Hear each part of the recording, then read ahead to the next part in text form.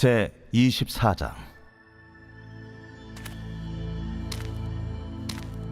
사람이 아내를 맞이하여 데려온 후에 그에게 수치되는 일이 있음을 발견하고 그를 기뻐하지 아니하면 이혼 증서를 써서 그의 손에 주고 그를 자기 집에서 내보낼 것이요 그 여자는 그의 집에서 나아가서 다른 사람의 아내가 되려니와 그의 둘째 남편도 그를 미워하여 이혼 증서를 써서 그의 손에 주고 그를 자기 집에서 내보냈거나 또는 그를 아내로 맞이한 둘째 남편이 죽었다 하자 그 여자는 이미 몸을 더럽혔은즉 그를 내보낸 첫 남편이 그를 다시 아내로 맞이하지 말지니 이 일은 여호와 앞에 가증한 것이라. 너는 네 하나님 여호와께서 네게 기업으로 주시는 땅을 범죄하게 하지 말지니라. 사람이 새로이 아내를 맞이하였으면 그를 군대로 내보내지 말 것이요 아무 직무도 그에게 맡기지 말 것이며 그는 1년 동안 한가하게 집에 있으면서 그가 맞이한 아내를 즐겁게 할지니라. 사람이 맷돌이나 그 윗짝을 전당 잡지 말지니 이는 그 생명을 전당 잡음이니라. 사람이 자기 형제 곧 이스라엘 자손 중 한 사람을 유인하여 종으로 삼거나 판 것이 발견되면 그 유인한 자를 죽일지니 이같이 하여 너희 중에서 악을 제할지니라. 너는 나병에 대하여 삼가서 레위 사람 제사장들이 너희에게 가르치는 대로 내가 힘써 다 지켜 행하되 너희는 내가 그들에게 명령한 대로 지켜 행하라. 너희는 애굽에서 나오는 길에서 네 하나님 여호와께서 미리암에게 행하신 일을 기억할지니라.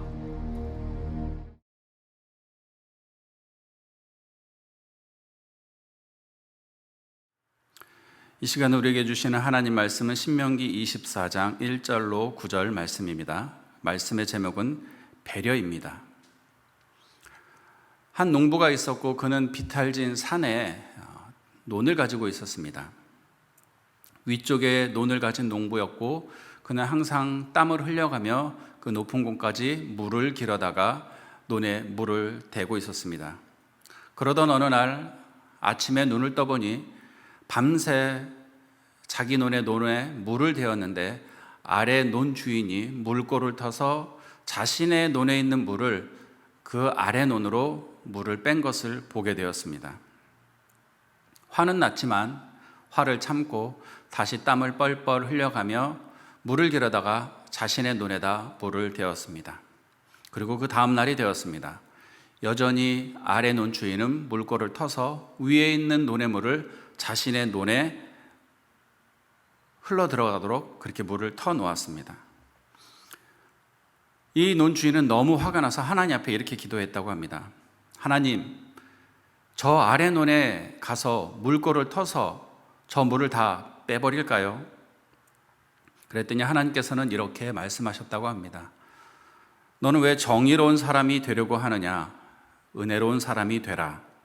이 말씀을 듣고 농부는 그 다음 날부터는 물을 댈 때 자신의 논에 물을 대는 것이 아니라 아래 논에 먼저 물을 대고 자신의 논에 물을 채워 놓았더니 그 사람이 변했다라는 것이 이 예화의 핵심 내용입니다. 배려를 했더니 사람이 변하더라. 배려가 있는 공동체는 훈훈하고 따뜻합니다. 또 배려가 있는 사회는 훈훈하고 따뜻합니다. 왜냐하면 그 배려가 전파되기 때문입니다. 한 사람의 약자를 배려하면 배려받은 사람이 또 다른 약자를 배려하고 그 배려와 호의, 사랑이 계속해서 전파되어 갑니다. 예전에 미군 부대를 들어갈 일이 있었습니다. 그곳에서 저는 한 가지 특이한 경험을 하게 되었습니다. 제가 걸어가고 있으면 문에서 나온 미군이 문을 잡아주는 것입니다. 저한테만 그러느냐, 유심히 살펴봤지만 저한테만 그러는 것이 아니라 모든 사람에게 그렇게 하고 있습니다. 또 모든 사람이 자기가 받은 배려대로 다음 사람을 위해서 문을 잡아주고 그 다음 사람은 그 문을 잡아주고 이렇게 해서 편안하게 문에 들어가는 것을 보게 되었습니다. 배려라는 것이 결국에는 옆으로 전파되고 옮겨가는 것입니다. 오늘 우리가 읽은 말씀에 보면 하나님께서는 이스라엘 공동체에게 배려를 가르쳐주고 있습니다. 아내를 내보낼 때 이혼 증서를 써 주어서 다시 재혼할 수 있도록 배려를 하고 있습니다. 수천 년 전에 한국 땅이라면 이 일이 가능이나 했을까요? 우리나라에서는 부인이 갖춰야 할 덕목과 자격이 부족하면 소박이라는 것으로 부인을 내쫓았습니다. 실제로 친정에 가지도 못하고 죽으나 사나 시댁에서 구박을 받으면서 삶을 마감했다고 합니다.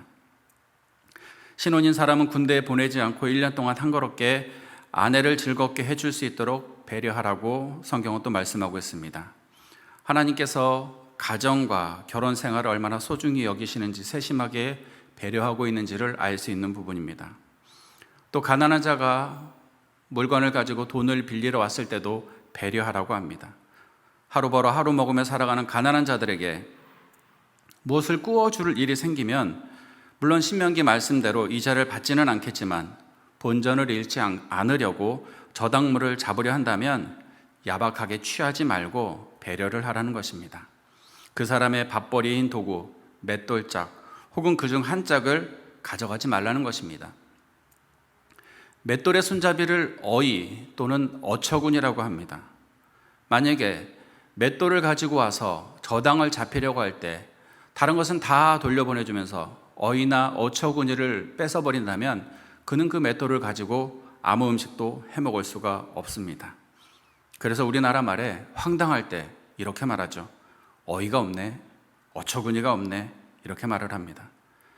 돈 빌려간 사람이 어이나 어처구니 또는 맷돌의 한 부분을 저당 잡힘으로 그의 생계에 어려움을 당하지 않도록 배려하라는 것입니다.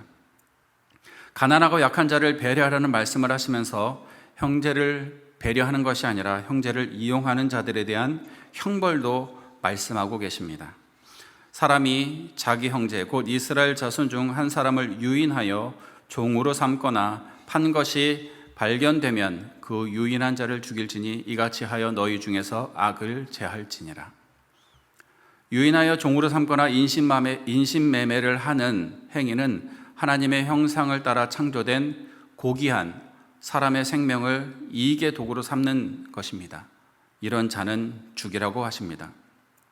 사람을 물건처럼 여기고 파는 것도 나쁜 일이지만 납치된 피해자의 가족들은 그 가족이 죽었는지 살았는지 다시 돌아올 때까지 수년 내지는 수십 년간 엄청난 고통 속에 살아갑니다. 우리나라에서도 아직도 미제 사건으로 분류되어 있는 일명 개구리 소년 사건을 기억할 것입니다. 11년 만에 자녀들이 주검이 되어 돌아왔고 그 일로 인해서 가족들은 11년 동안 어마어마한 고통 속에 살아가게 되었습니다. 이런 일이 일어나지 않도록 이스라엘 백성에게는 본보기가 필요했던 것입니다. 모세가 신명기 말씀을 전하면서 자기 누이 미리암이 나병에 걸렸던 이야기를 하는 건 역시 누이조차도 조직의 안전을 위해서 격리 조치했어야 했다는 것을 강조하면서 나병에 대해서 레위 제사장들의 판별과 지도를 잘 받아서 나병에 걸렸지만 그 사람이 격리하고 치료할 수 있도록 배려하고 그리고 그들을 외면하지 말고 그들이 다시 가정과 공동체로 복귀하도록 배려를 하라는 것을 기록하고 있습니다. 24장 1절부터 9절까지 읽으면서 묵상하며 들었던 생각은 배려였습니다. 이혼한 여인에 대한 배려, 가난한 자에 대한 배려, 문둥병자에 대한 배려. 저 스스로 한번 생각해 보았습니다. 나는 배려심이 있는 목사인가? 나는 배려심이 있는 아빠인가? 나는 배려심이 있는 남편인가? 스스로에게 생각을 해 보았습니다. 이제부터라도 나는 더 배려하는 목사, 더 배려하는 아빠, 더 배려하는 남편이 되어야겠다라고 다짐을 하게 되었습니다. 이제부터라도 가족을, 이웃을, 주변을 배려하는 사람이 될 때 우리 교회는 이 지역사회에 영향력이 있는 교회가 될 줄로 믿습니다. 오늘 만나는 사람들에게 작은 배려부터 실천하는 하루가 되시기 바랍니다. 엘리베이터를 타고 내려가려고 하는데 누군가가 달려온다면 엘리베이터를 잠시 멈추고 그 사람이 탈 수 있도록 배려를 해준다면 그 사람은 또 그 받은 배려를 이웃에게 주변에 전파할 것입니다. 그리고 그들에게 좋은 감정을 쌓게 되고 그들이 우리가 그리스도인인 것을 알게 된다면 교회에 대한 마음도, 예수님에 대한 마음도 달라지고 부드러워져서 우리들의 모습을 보고 그들이 교회로 돌아오지 않을까 하는 기대감을 갖게 됩니다. 오늘 하루 작은 배려를 실천하는 하루가 되어서 만나는 자들에게 예수 그리스도의 향기를 전하는 귀하고 복된 하루가 되시기를 주님의 이름으로 부탁드리겠습니다.